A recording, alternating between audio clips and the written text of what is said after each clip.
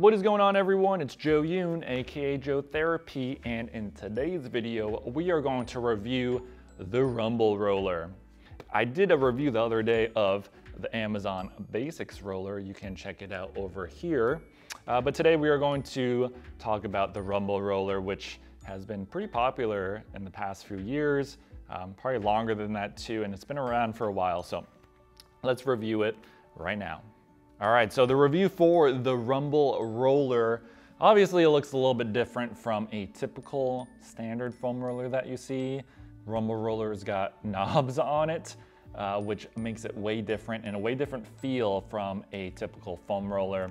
And a lot of people ask me what's the best foam roller, and this is one of those things where it's gonna be totally different and it's gonna be on preference. I personally have both of them because this one is good, you know, for arching over. It's good for some muscles that if I don't want too much pressure in it, it works a little bit better. But this is good if you really want to dig into certain muscles. And for me, this is great for your back. So right in between the shoulder blades, right here, it feels amazing for me. So just to demonstrate, let's do the Amazon regular foam roller first. Here, you get a big broad surface to work with as you're rolling up and down. So again, it feels good. It's really good to arch over. And this one, because of the knobs, kind of really sticks into the muscle that you're working on. And for me, the back feels great because you can get right in between the shoulder blades and that spot when you go to a therapist, they dig the elbow in. Feels good.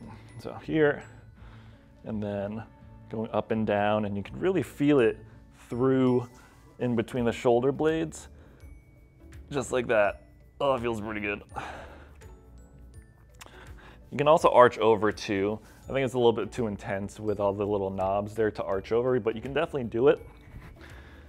And that's pretty much the review. The pros of this is the knobs, and for certain areas, it can really get into those hard to dig into areas like in between the shoulder blades. The downside is that it's pretty intense. So for me personally, even with the softer one, if I'm using this on my calves or quads, no way, it's too much. That's where this one comes into play. But for the back, if I'm really trying to get that good feeling in between the shoulder blades and get relief, this one really does the job, at least from a foam roller standpoint. So my recommendation is, if you can afford it, is picking up kind of a standard foam roller. And then if you want something like this to help supplement and work through your back, you know, there's also other options like the base or like tennis balls and stuff like that. But if you need a foam roller, this can be also a great alternative. So that's my recommendation. And that's the review, quick review. If you like this video and want to see more reviews like this, let me know what products you want to see, because I will buy them and then I will review them. So let me know, comment down below. Also like this video and comment.